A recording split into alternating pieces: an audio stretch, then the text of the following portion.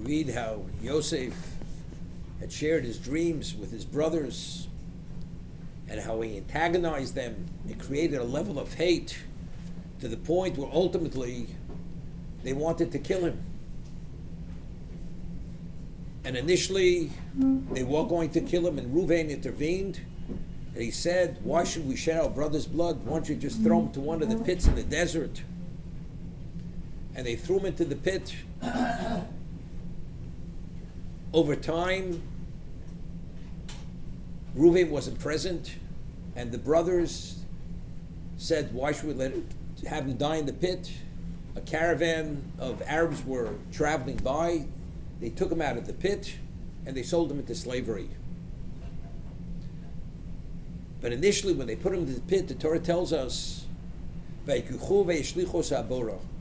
him and they threw him into the pit after they stripped him of his ksonas pasim, the special tunic that his father had given him. The pit was empty and it had no water. So the Gemara Shabbos asks, it's obvious if the pit is empty, it has no water. So the Gemara infers from this, water was not in the pit, but in the choshvak rabim hoyubo. But there were snakes and scorpions. It was a snake and scorpion pit. So the obvious question is, so if they saw, they threw him to the pit and he wasn't killed, bitten by the snakes or the scorpions, and when they took him out, he was alive. Evidently, he's a tzaddik. So their whole evaluation of Yosef was, it's incorrect. So Rameir Simcha tells us that the snakes and the scorpions, they were in the walls of the pit. So when they put him into the pit, they weren't able to see actually what was in the pit. It was just an empty pit. But Yosef himself, when he saw the snakes and the scorpions, he became so overwhelmingly frightened that when they took him out of the pit, he looked like a corpse. And therefore the Torah tells us when they sold him be'esrim kesef. I mean, a person who's the most beautiful person who ever existed, he should fetch such a low price. It should be the king's ransom for such a beautiful man. The answer is because when he came out of the pit, he looked as if he was barely alive. That's how overwhelmingly frightened he was from what he had witnessed. So the obvious question is, if in fact the brothers did not see the snakes or the scorpions, what was the value of Yosef seeing the scorpions and the snakes to be frightened to such a degree? What's its value? So evidently, why did Yosef share the dreams with his brothers, where he saw what it was doing? It was creating tremendous amount of hate and antagonism. Why? So the understanding is that Yosef had believed, which factually it was, these were prophetic dreams. It wasn't just delusions of grandeur, which he had. They were actually, it was prophecy. It was nevuah. Therefore, he had to share it. But then afterwards, when he saw what happened, he questioned himself. Maybe not.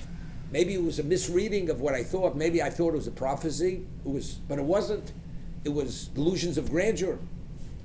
When he was thrown into the pit, and he saw that he was not bitten, HaKadosh Baruch Hu was saying what you saw was correct, and you understood it correctly, and factually, you're not going to die. I'm with you. Even though it seems to be bleak and hopeless where you're going, and you have no idea where you're going, HaKadosh Baruch Hu says, I'm with you. I'm with you. But you realize when he was put into the pit initially, being so overwhelmed, it was hard, almost impossible to reflect on this reality. So what does the Torah tells us? They put him on the caravan. Normally a caravan, it transports foul-smelling resins, which could even be harmful. Here, this caravan was transporting nechos velot, perfumes, resins which had a beautiful fragrance. Again, out of the ordinary. So Rashi says this is schor shel tzaddikim. This is reward for the tzaddikim. This reward, he's being sold into the oblivion. He doesn't know where he's going. What's the schar? The schar for the tzaddik is that although he may not know where he's going, the schar is that Hashem alerts him and informs him, I'm with you. So therefore, at this point where he wasn't overwhelmed with fear, and he's able to reflect, and now he has the fragrance, which tells him that Hashem's with him. Now in retrospect, when he thinks about the pit, again, that's a confirmation that Hashem's with him. He has no idea where he's going, but he's definitely going as God's agent to assume And this has to do with the fulfillment of those prophecies, whatever they will be, as he interpreted. His brothers ultimately will bow to him. And his father and his siblings and his wives will bow to him. This is going to be reality. How's it going to happen? He has no idea. But one thing he knows, Hashem is with him. And as long as a person knows that God's with him, then he has nothing to worry.